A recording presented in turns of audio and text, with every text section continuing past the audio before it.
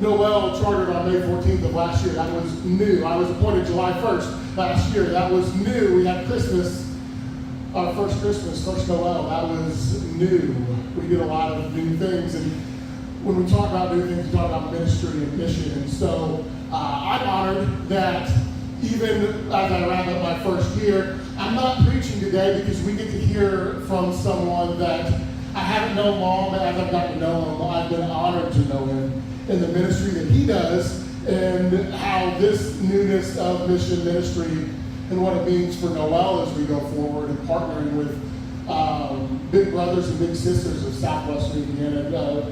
The director is Ryan Scott. You guys probably know him better than I do. Many of you have known him for years, but I can say, talking with him a few times and meeting with him, the passion and love he has for what he does, but also what has led him there, is the epitome of what drives us here at Noel for mission and ministry and sharing the love of Christ. And so that's why I'm honored that it's here today on what this is a day for me personally on what it feels like and where we've come in this last year as a church to have him here to speak on that ministry and what they do, big brothers and big sisters, and to hear his story and his mission why and what he does. So, Ryan, at this time, I invite you to come forward and introduce yourself if needed, and share all about big brothers and big sisters. Make sure this is on first. Good to go? All right. First off, I love when moments come back, circle moments, because 40 years ago, Miss Judy, I was here. Because you were my preschool director, and I remember we used to come here on really, really hot days if we didn't go to Holiday World. And I'm pretty sure I had to sit in the hot seat a couple of times for doing whatever I wasn't supposed to at that time. But no, I don't really, I was going to write down what I was going to say, but my people at my office know that I shoot from the hips, and sometimes that's good, sometimes it's not. So I'm going to deviate a little bit from what I initially was going to say in this first moment. And I first just want to say, I want to applaud this church for being at the Friday night. I want to applaud you for that, because as somebody that has really struggled with United Methodism over the last 3 years, to see that post that you were there is incredible. Incredible, incredible. I think, and this is probably later, so I'm going to maybe circle back. I'm tired of hearing churches talk about what they're against, and I want to hear what they are for. And the simple fact that you were there for people is awesome. So I just want to applaud you before we jump into that. So yeah, I'm Ryan Scott, Executive Director of Big Brothers Big Sisters from Southwestern Indiana. Grew up here in Santa Claus. I think I lived here 18, 19-ish years. I've been in Henderson County, Kentucky for 21 years now, so that's why you get the drawl a little bit, a little southern twang. So Big Brothers Big Sisters of Southwestern Indiana, we are a one-to-one mentoring agency. So we believe in, so our mission statement is that we create and support one-to-one mentoring relationships that promote and basically the potential of all kids. When I came on, I changed it. I don't say that a lot. I say we are unequivocally, unabashedly defenders of all kids. And so to be able to be here today in a church that really supports that, and I'll be very honest, we, as an agency, since coming on, I've been very open that we are only partnering with folks that are going to defend all kids.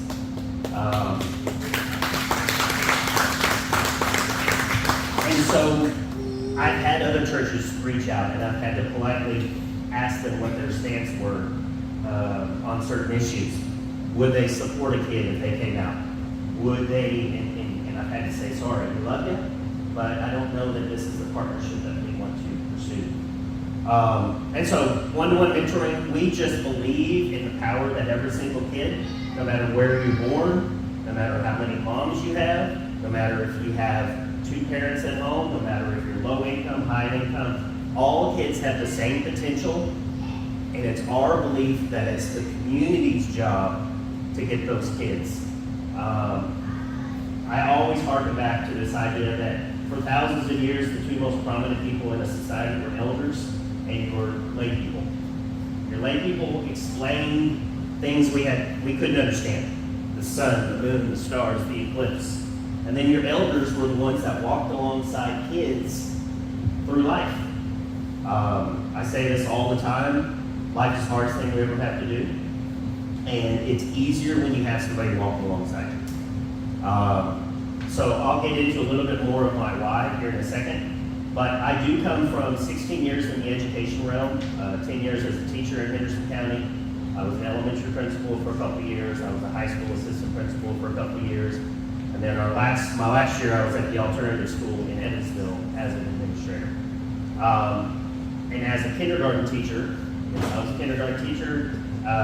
I was that teacher, the other teachers closed their doors because we were so loud. But when I became a teacher, I learned very, very quickly that teaching had very little to do with content and very, very, very much to do with connections. And on day one as a kindergarten teacher, I could tell you a kid was going to drop out. I could tell you a kid that was going to have a special ed label by Christmas. And it had nothing to do with anything other than the positive connections they had in their life. And so I had this radical idea in my own classroom that I wasn't going to focus on content. Don't tell my principal. I was going to focus on relationships and mentoring and teaching kids that it's fun to do hard things. Teaching kids in kindergarten how to pay attention. Because if you're never shown how to pay attention by a positive role model, how do we expect them to pay attention? And so, Big Brothers Big Sisters, we operate in 6 counties, 5 here in Indiana, 1 over in Kentucky. I'm hoping to change that and add another Kentucky county. But we service Spencer County, Warwick County, Vanderbilt County, Posey County, Gibson County, and then Henderson County. When I came on, I was very, very adamant that we were going to focus on our outer counties. It's very easy to serve the people you live with, and it's very hard to get out in those surrounding counties. When I came on Spencer County, I think we had 8. We were servicing 8 kids in all of Spencer County, and I'm telling you, by this fall, we will have added another 35. We are growing quickly within Spencer County. Our Heritage Hills High School Big program has exploded. We're bringing on another 20. I believe empathy is a muscle. You got to flex it. And what better time to flex your muscles than when you're a high school kid learning how to be more empathetic in the world. So we're going to take Heritage Hills kids and put them in a slew of schools. Whichever principals say, yeah, come on. And then those kids are going to be a mentor for 1 elementary kid for 2 years, their junior and senior year. This year we've also been fortunate to bring on South Spencer. We're partnering, and I know coming from Spencer County, there's a rivalry with the North and the South, but we're breaking that gap. So South Spencer, we're actually partnering with Boys and Girls Club because they've set up a cool little program at Rockport Elementary. So we are bringing in South Spencer kids. I say all of that because we are trying to grow within Spencer County. And I'll talk a little bit about that here in a little bit. But we are needing defenders of potential in North Spencer. There are multiple ways to do that, and I'll explain that later. But basically, we just need people that believe all kids can be the next president, can be the next whatever, and it takes a positive relationship to get them there. So yeah, I'll get into it a little bit more after that. Anything else that maybe I missed? No? Okay, that's good. All right, so Corey said I didn't need a timer, but I'll give myself a timer. When I talk about my purpose, I can go on for days, and I've got Mexican to go eat when we're done, so. Pastor Corey asked me to speak a little bit about my why. We met maybe a month ago at Denny's. I was really wanting Windows, but instead we had Denny's. But it was okay. We had a good conversation, and during that conversation, he was like, hey, why don't you come talk just about your why and kind of how your faith kind of weaves in itself. And I'm definitely a purpose-filled person. Life is hard, and what I try to always let kids know is that you can run towards your purpose. It makes the hard days a lot easier. And so yeah, I want to talk about my why I left education to come into nonprofit, which was silly, but why I came into nonprofit, kind of my thoughts on faith and service to others, and then I would like to close with some opportunities maybe for you out there if you feel like you would love to get involved in what we're trying to do as much as so. So my why. Okay, so as I alluded to earlier, I was in education 16 years. Came to education at 29, became a dad very unexpectedly at 21, and learned very quickly that life was not all about me. And so as a 21-year-old single dad in Henderson, Kentucky, I logically did what anybody would do, and I found a job with the summers off, and that was teaching. So, and I say that tongue-in-cheek, but that's why at 21 I initially chose education. So, because I knew having mom, she was an educator, being off all summer, it's good to be off all summer with your kids. And so really the only programs that were offered around there were, was at Henderson Community College, and they offered a Murray 2+2 program. And what I love about, I've always had this underlying idea that we are made for connections. Connections, we are built for connections. Bad things happen when people are not in connections. And it's funny looking back on how those things kind of helped me get to where I was at. Because when I was 21, I was bartending at a bar in Henderson. And one of my regulars just so happened to work for GRAD. And GRAD is an organization out of Owensboro that helps a lot of adult men. And he's like, Ryan, I think I can get you some free money to go back to school. I was like, free money? Yeah. So because of that connection that I had with Steve Watkins, he got me into Henderson Community College, which got me my associates, got me into education settings, and then kick-started me for my 16 years in education. As I alluded to earlier, I was never a teacher that liked content. That wasn't why I was there. I became a teacher because kids need positive role models. And over those 16 years, like I said, I came to believe over and over and over and over and over and over and over and over again, the kids that had the support outside did well inside. And then when I became a school administrator, I really tried to push this idea of our teachers being more mentors than just teachers. We live in a society today where 25% of all kids live in houses without dads. That's a big issue. Men, boys do not know how to be men without other men in their lives. And so as a principal, I really tried to lean on this idea that our kids are there for connection. And something that really cemented my idea is I've coached soccer for 20-something years.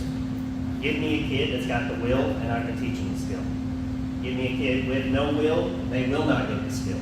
And I took that into the education realm. It's always will versus skill. Always, always, always, always. And so as a teacher, as a school administrator, I felt it was our job to help kids with will. And we did that.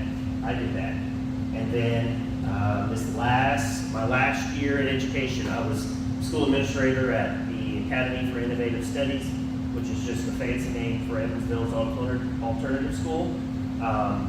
Ended that year as a middle school administrator and was asked to expel 62 middle school kids over the course of that year, which was a kick to my teeth, because in Kentucky, if you want to expel a kid, it's got to go in front of the school board. In Indiana, that's not the case. So it crushed my soul to be involved in a system that was putting 61 kids, mostly Southside Evansville, mostly minority, mostly single mothers, putting those kids back on the streets for 6 weeks to 6 months before they could come back to school. And my predecessor, Andrew Bacchus, who had my job before me, he and I got to be pretty close because I was trying to bring mentoring into that school. And when he decided to leave Big Brothers Big Sisters, he called me up and said, I got the perfect job for you.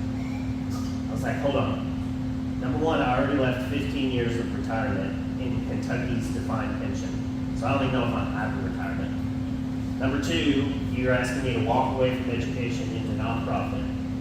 Okay. But I'm also a big believer God puts you in particular places at particular times for particular reasons. And I was like, all right, I see what you're doing, God. All right. So I tried, and it happened, and I landed here. And being in the position that I'm at now, every day really just exemplifies my belief we are here to walk the gospel, not to talk the gospel. Give me somebody that can cite every scripture in the Bible, but doesn't bend down and pick somebody up, doesn't hold the door open, I don't know a lot of scripture, but I know that my Savior and the brunt of my beliefs comes from the gospel. And there was a time in my life, I was at the library looking for a book to read, and I saw this book called The Radical Message of Jesus. I was like, that sounds good. So I'm going to try it. But it wasn't that radical. What really changed my mind and changed my thought process was this underlying idea that the Jews at that time wanted a military Messiah. They wanted a Bruce Lee, a Jackie Chan, some say a Chuck Norris, to come in and literally defeat the Romans. And that's what they wanted. Instead, they got Jerry Garcia. You know, they got this peace, love guy that said, you know what, we're not going to topple the world's biggest empire, the richest country in the history of the world. We're not going to tackle them with stones and warfare. That we're going to be completely revolutionary, and that revolutionary was just something as simple as love. And that completely changed my view on my beliefs and the way that I tried to live my life. And so when I came to Big Brothers Big Sisters, the first thing that I really did was that, guys, we're going to do, if we are defenders of potential, we're going to say we're defenders of potential for all kids. So that means all kids. Now, disproportionately, our organization, we do have about 65% of our kids have an ACE score of 4 or more, which if you're not familiar with an ACE score, is an adverse childhood experience. So effectively, it's divorce, abuse, neglect, something of those. And there was this big study, you can look it up, by Kaiser Permanente Health System. Effectively, what they discovered was the more bad things that happened as a child, the more your medical issues were as an adult. So like a child, just for an example, a child with an ACE score of 4 or more is 1,300 times more likely to commit suicide. Is 7 times more likely to have a heart attack as an adult. Is 32 times more likely to struggle academically or mentally. And so the harder a kid's life is, has direct implications on our society. And what we are trying to do, what I'm trying to do, is get people to understand that a little bit of investment early pays off tremendously. And then I can tell you the numbers. Every dollar spent on mentoring pays off $3 because of loss of incarceration, medical expenses, all of that stuff. I can tell you all that. But so that's really, you know, we service 65% of our kids have an ACE score of 4 or more. Disproportionately ours are being raised by single mothers, but that's not all of them. As an educator, I really thought that we had an academic achievement gap because of socioeconomic. What I believe now is more trauma. It's a lot less about growing up with money and a lot more about, do you have trauma as a kid? And so as an organization, one of the things that we really lean on is the single biggest mitigating factor for childhood trauma are positive relationships. The single biggest mitigating factor for an ACE is a PACE, which is a positive childhood experience. And so at Big Brothers Big Sisters, we're really trying hard to create positive experiences for these kids. When I came on, I'm a numbers guy. I was like, all right, how many should we service? When I came on, we had 150 kids. We service an area of 360,000 people. I looked at the poverty rate. It kind of is up and down amongst the counties that we service. The highest is in Henderson County, which is about 20%. I think Spencer County is around 16%, but the state average is 17%. So I took 17% of that 360,000. That gave me a number. Then I used this number by an author named Malcolm Gladwell. He wrote this book called Tipping Point. And he says that if you can affect 20% of your population, that's when your radical change starts. So I took 20% of that, and I should be servicing around 2,000 people, 2,000 kids in our program. Like I said, we've come long strides from 150 to 240 in September we'll be at. But we have ways to go.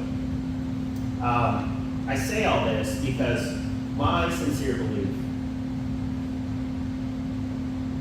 is that number one, we're made for connections. We aren't made to be going through life in a bubble by ourselves, watching our community struggle. People are struggling. There's a whole ton of housing insecurity, food insecurity, loneliness among teenagers. There was a study done that was saying teen drinking is down, and everybody was, yay. The reason teen drinking is down is because kids don't get together anymore. So there are a lot of indicators that people aren't doing awesome. But what is the best way to help people that aren't doing awesome? Connection. And we believe vehemently that our kids need positive connections. A couple of the other programs I wanted to make sure that I hit. So when I came into Spencer County, I had the fortune of meeting Kevin, who runs Success Through Mentoring. And I'll tell you one thing I've always believed, whether in education or in mentoring, kids are not a competitive sport. So I've been very, very open and transparent with Kevin that we are in this together. We are not fighting. And so we have made the conscious effort in Spencer County. We are leaning more on site-based. So that is more of you, if you were to sign up as a mentor, would go to a brick and mortar spot. Down in South Spencer, that is at Rockport Elementary. That's where we have our high school kids going. Several principals here have said that they would welcome bigs coming into the school for like during lunchtime, recess. So that's the route that we are taking in Spencer County because we do not want to overlap service with an organization that's already doing community-based. Kind of getting back to, I guess, my faith in Big Brothers Big Sisters.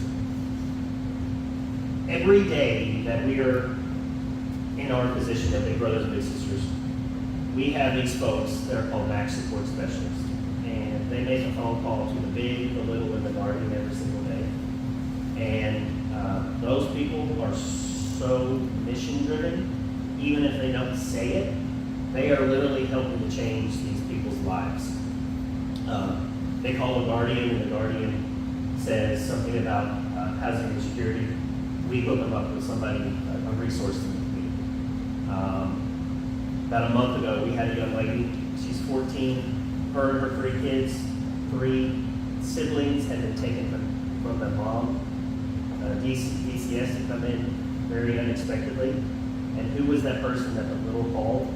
She called her caseworker for help. And so we have a very, how do I say it? I think we have a touch point to the families that other organizations sometimes don't, because we built those trust. We built those relationships with our bigs, our littles, and our guardians. A couple ways that, if you would be interested in helping. Always we need volunteers. So if you are interested in being a big, time commitment is 3 hours a month. 1-year commitment. All of our bigs have to have a background check. They have to have fingerprinting for obvious child safety things. And then we also offer a little bit of training. But people always ask me, like, what's it take to be a mentor? Show up. That's it. There's nothing special that you need. You just show up, hang out with the kid, and I guarantee you that kid will tell you what they need. And what our bigs tell us 9 times out of 10 is they get more out of it than they think the little does. So volunteering is one thing. Connections. I grew up here. I don't know everybody in Spencer County anymore. And my pie in the sky dream is to be able to hire somebody full-time in Spencer County to grow Spencer County. I'm not there financially yet. That would be $38,615.85. That's what it would take to hire somebody in Spencer County full-time to grow Spencer County. But outside of that, I need connections. So I have plenty of cards on me. If you think you might know people out in the community that would want to have me come to their organization to talk, to maybe bring volunteers, that's awesome. If maybe you know somebody that would be willing to be a donor, something like that, that would be amazing as well. We have this campaign going right now. It's called Partners for Potential. I'm a big grassroots guy. I have to believe that I can find 1,000 people willing to give $5 a month. If I can bring in sustainable revenue, that helps us to be sustainable and helps us grow sustainably. That will also allow us to impact 300 more lives if I'm able to find $1,000, $5 a month.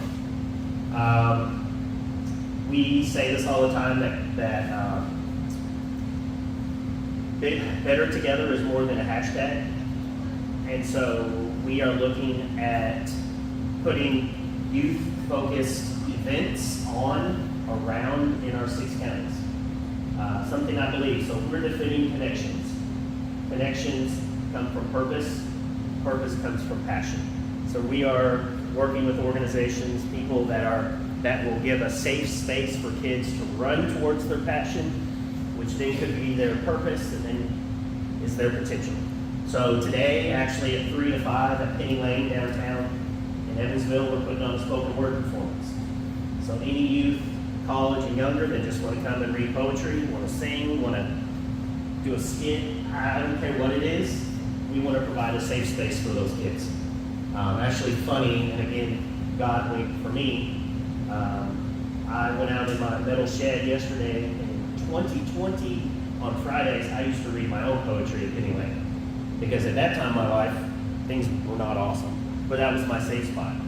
On Friday nights, my friends and I would go there, play chess, read poetry, and just had a safe spot for those types of kids. And I went out to my shed in 2020, Penny Lane published a little anthology. And one of the poems that I wrote was in that. And I was like, oh, I see what you're doing now, God. Okay, let's do it. We're looking at putting on a open mic night with Evansville Music Academy. They are actually sponsoring, they're giving free music lessons to one of our littles every 12 weeks. And I think we're going to take a next step and do an open mic with them. My big dream is to do a battle of the bands. I want to do a battle of the bands for youth that can come and just rock out. There was a time in my life, Paul, where I liked metal. Paul and I grew up together a little bit in the same circle back in high school, which is awesome. Another God link. But I want to be able to provide spots for kids to run towards those passions. If we truly say we're defenders of potential, yes, I want to bring them into our program, but I also want to go a step further and partner with other organizations. Because again, kids are not a competitive sport. Make sure there's nothing that I'm leaving out. So let me ask, what questions do you have? Because I'm sure there's something I left out. There's something you're more intrigued about. I have a question. Shoot. Of course. You mentioned leading education and other public systems. How to hold that within their heart and the difficulty in making that movement. Yeah, so I was always the naive school administrator that never wanted to kick kids out of school. But I've also, when COVID happened, I know what happened here in Indiana, but in Kentucky, we shut down school March 13th and didn't go back until January. So as a high school administrator who primarily dealt with discipline with no kids in the building, I had nothing to do.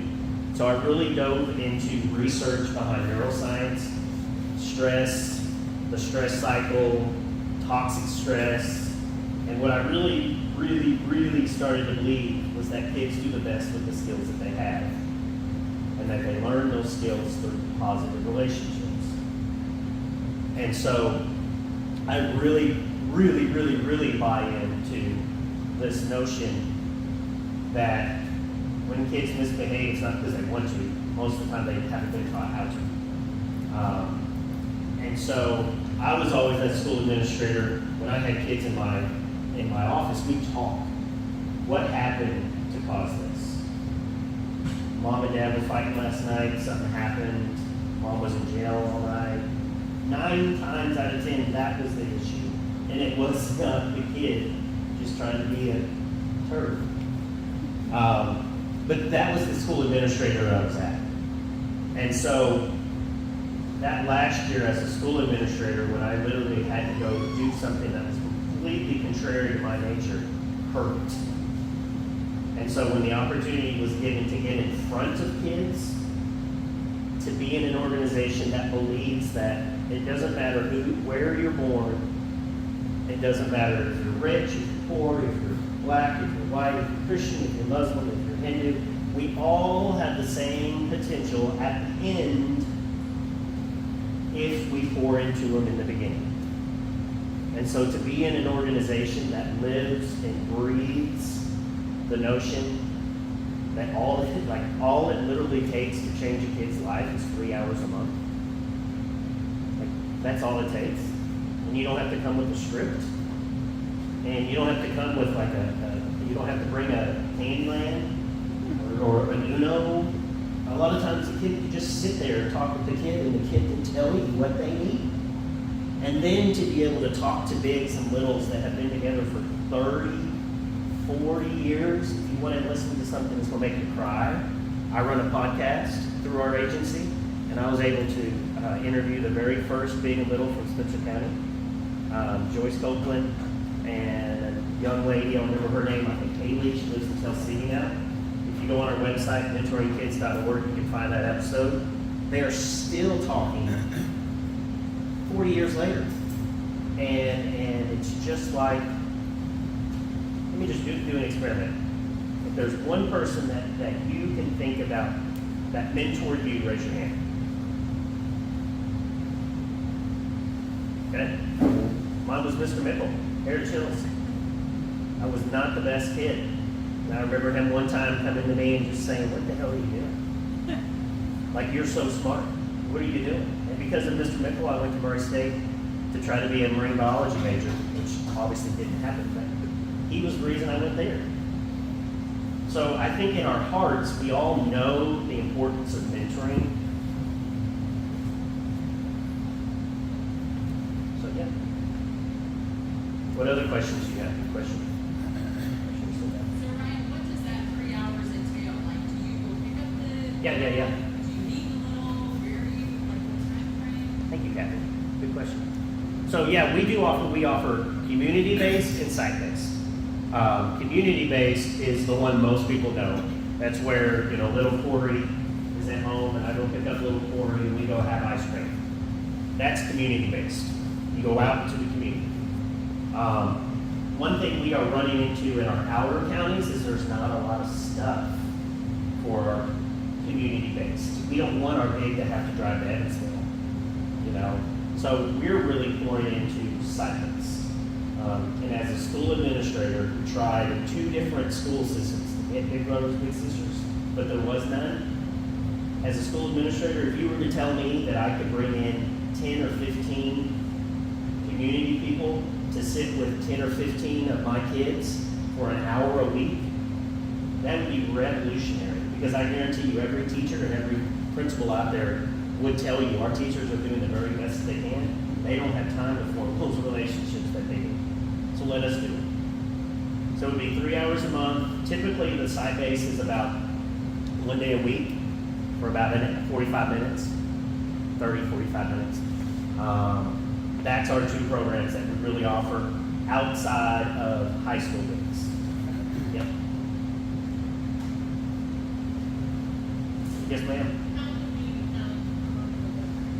How do you become a monthly donor? So, good question. Here's my card. So, funny story. The only job I was ever fired from was sales, and now I'm in sales. So when I took this job, on the back of my business card is a QR code, and it goes directly to our monthly giving donor landing page. I'll be honest, we're nonprofit, right? I say this all the time, if there's any politicians in the building, I apologize.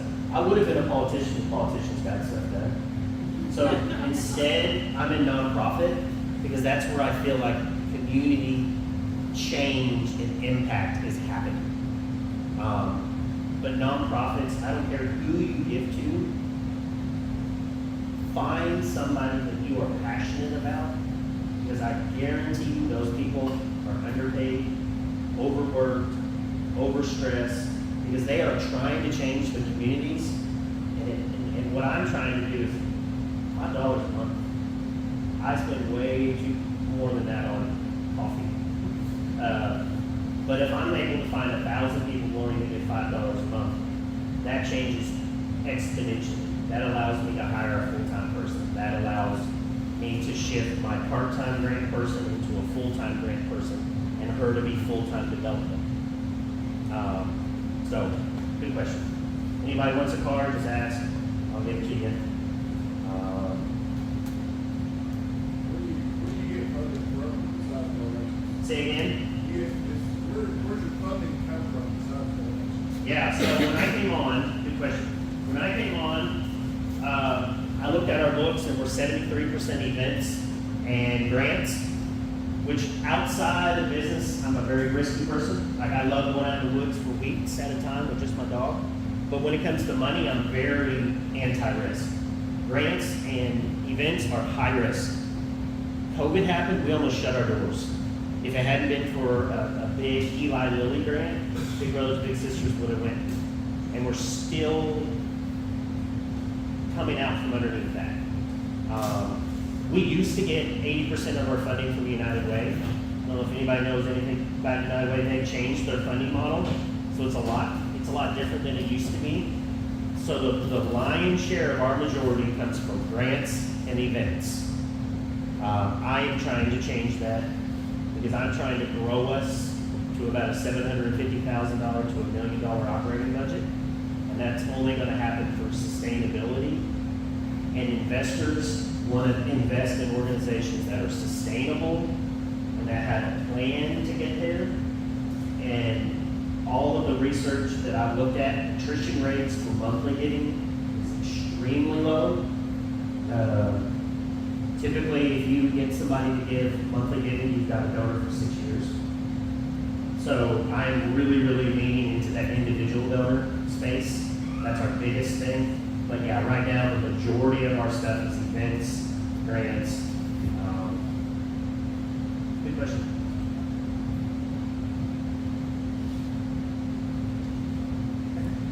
Thank you guys very much. I appreciate you. And you listen.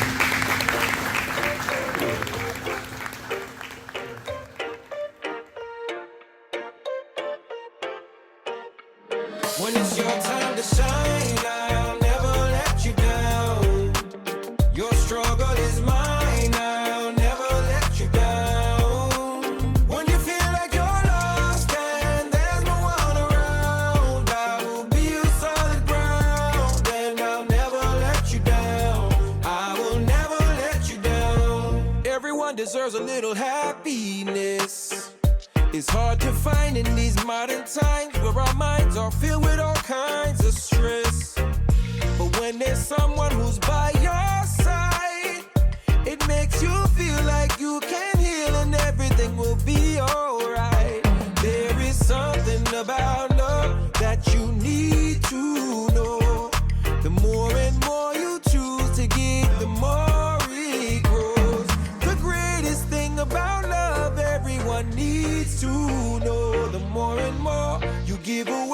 the more he grows. When it's your time to shine, I'll never let you down. Your struggle is mine.